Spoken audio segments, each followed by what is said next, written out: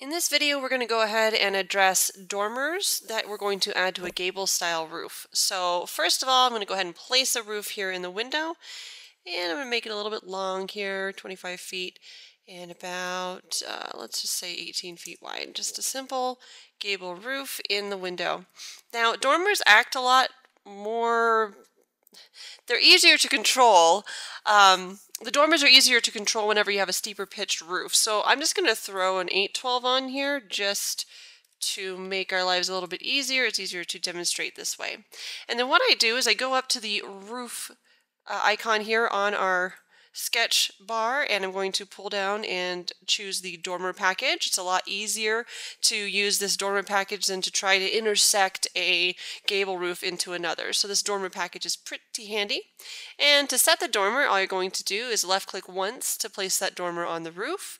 It's going to ask you about your eave heights, your slope, your eave overhang, and your rake overhang. I'm just going to leave everything at the default for this exercise so that you can see what's going to happen when I do this. So I'm going to left click OK to accept the dormer, and it looks really weird.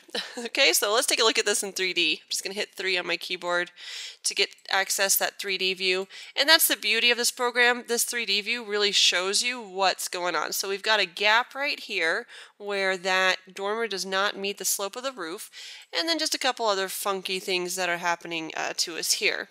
So first of all, your eave height, meaning the distance from the eave of the distance from the eave of that dormer to the slope of the roof is going to make a big difference. So whenever you click on the dormer here and go to its properties, you should be able to find the eave heights. And so we're going to make these eave heights, I'm just going to sink this roof downward. So I'm going to make all of the eaves, or both of the eaves, come down to 3 foot above. And as you can see, when I did that, it caused that snub nose space to go away. The roof just sunk down into the roof that it's sitting upon. So if I look at that in 3D, now you can see we've got that nice, where all the slopes are meeting all together, and it's looking really good.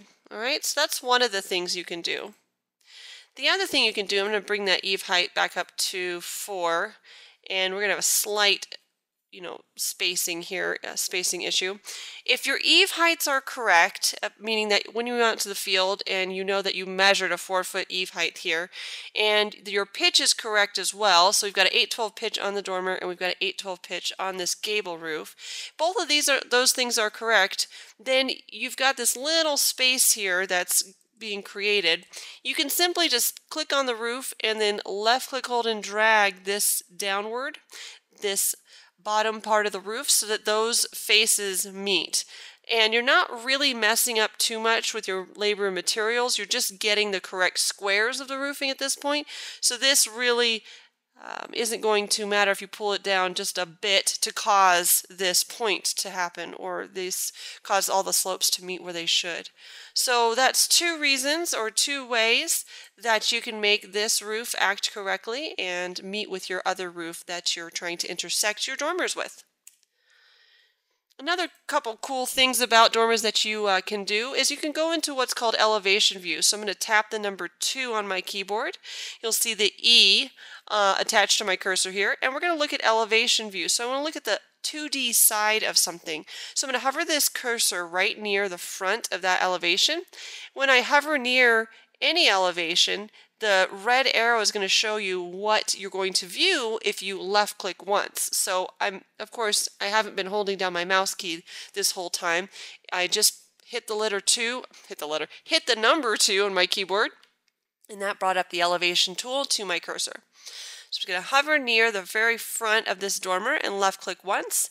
Now we are seeing the front of that dormer in a 2D space. So what if we had a window that we would like to add to that dormer? Many dormers have windows. So I'm going to go up and I'm going to choose that window tool. Actually, I'm just going to hit W on my cursor. And when you hit W or choose the window tool, it's going to give you the no smoking sign. And that's simply because we've got a 5 foot by 4 foot default window loaded to our cursor. That's Xactimate's default window size.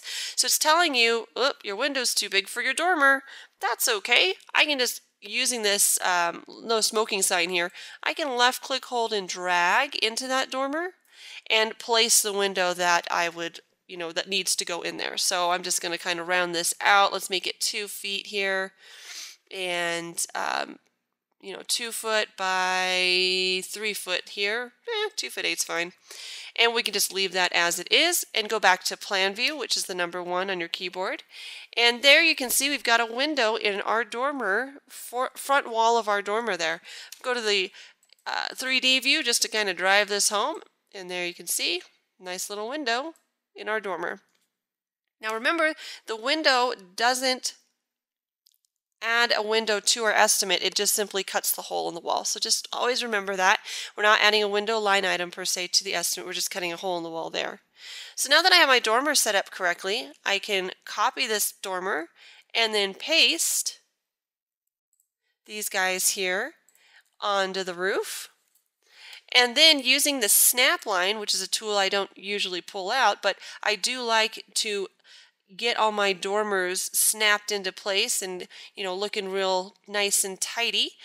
This snap line will allow you to move these dormers right next to that snap line. It kind of magnetizes to the snap line, so you can actually get pretty technical with this and divide the roof into thirds and do all the measuring and all of that other stuff, which I'm not going to do at this point, but we can delete off those snap lines once we're done with them, and now we have a really nice looking roof there with our dormers.